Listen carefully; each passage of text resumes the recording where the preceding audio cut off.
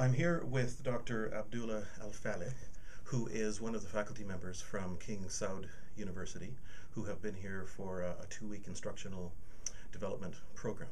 And Dr. Al-Faleh is an esteemed scholar. He has published, I believe, 10 books and 40 some articles, and I think will soon be the Dean of Science at King Saud University. So it's an honor to speak with him and to have had him here.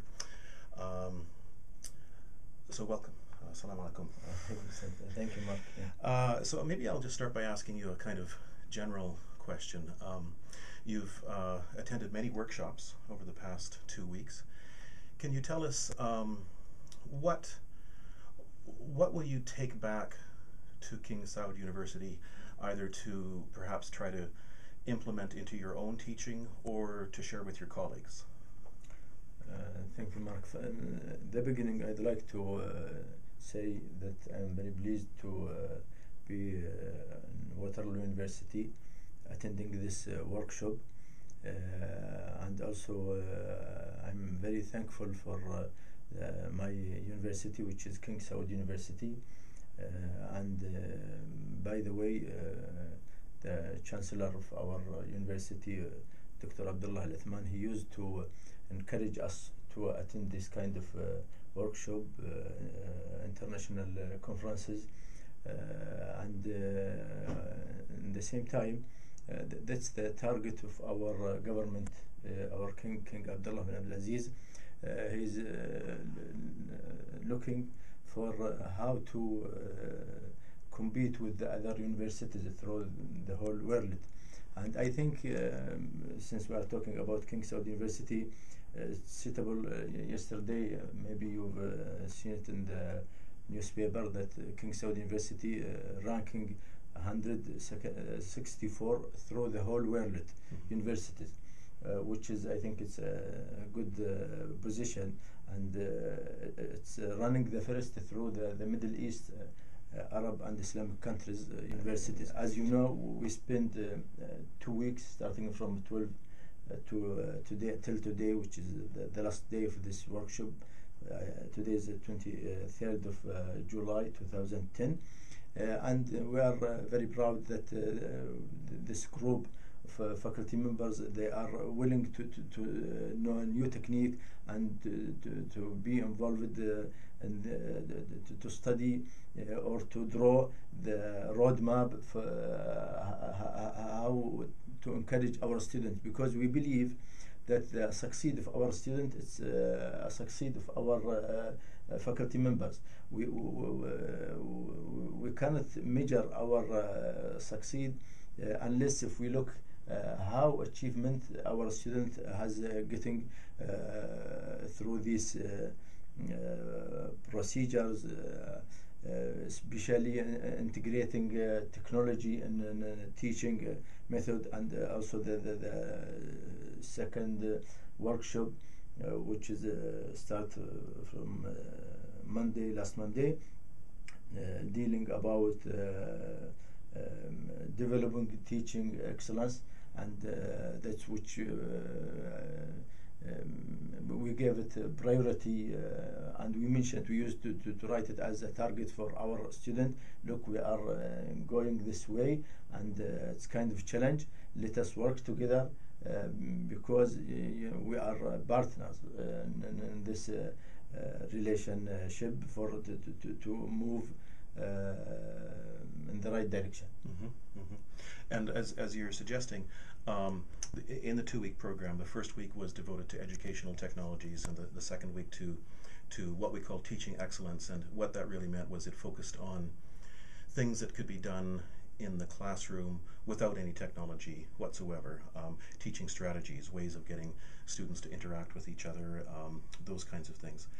Of those two, do you yourself think that is one perhaps more important than the other? I was speaking with some of your colleagues, for example, who are most excited about the learning technologies. As I've gotten to know you a bit, I wouldn't be surprised if your interest is primarily sort of the the in the latter week with the teaching strategies and the ways of interacting with the students. Am I right in guessing that, or? Yeah. You are right. Actually, during the workshop, we find a lot of things interesting for us, especially e-portfolio. During the last, let us say, 8 months ago, we were dealing with portfolio, how to create portfolio for a student. But now we learned that there is also e-portfolio to make it available for our student online, and to give them more time, extra time during which they look it's suitable for them to repeat it, or to practice some exams if it's been included. That's one of this task. We will give it a priority to deal with it. Also, in the same time, I like rubrics, developing rubrics for our students, because it's kind of agreement between the faculty member and the student. Like a contract. Look, yeah, the contract. Yeah. Look, we will go, or we will use this criteria to judge your essay, to see which points have been covered through your study, and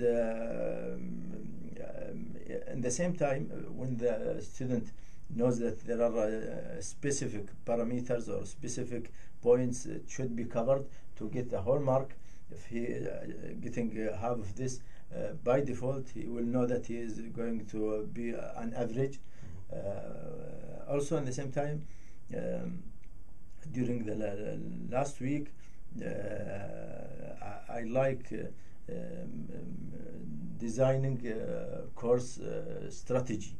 Yeah, because designing courses, any teacher has his own plan. He used to repeat it from year to year, but once he got another or he sit with other expertise, and he will know their method, and so that will be, he will use it as an added value for him, and he will try to implement as much of this idea as he can. In the same time, because we look for the faculty member, he is an expert in his subject, and he knows which is suitable for his student and which is suitable for his subject.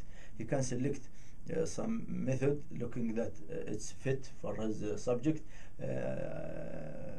Also, he can try it, and from time to time he will match the something which is his student like to study through this method. And I want to ask maybe a bit of a different question now. Although you appear to be a young man, you probably have been teaching for a while. Yeah. A decade, maybe 25 years. 25 years. Okay. So I guess my question is, how has teaching changed in that time? At King Saud University in particular, or in Saudi Arabia, what changes have happened in those 25 years?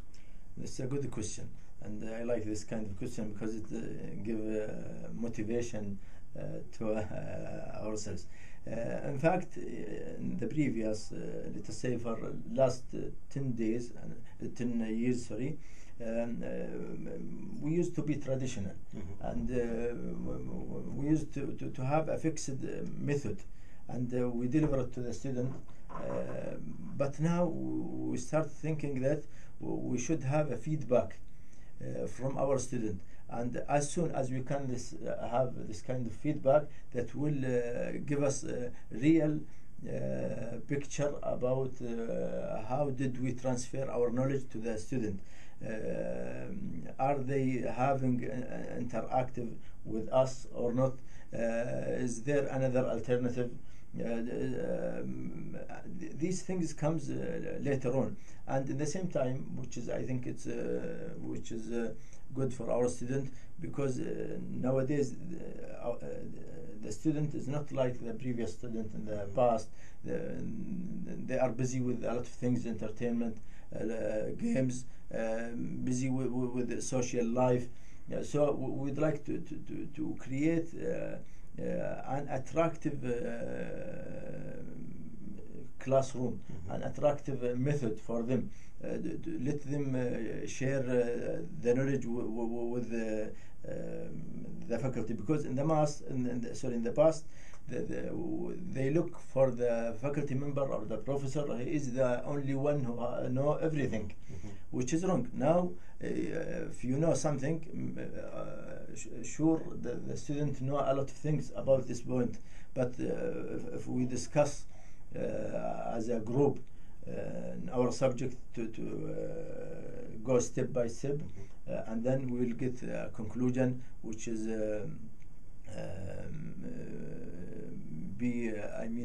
applicable for them to deliver to their life in the future.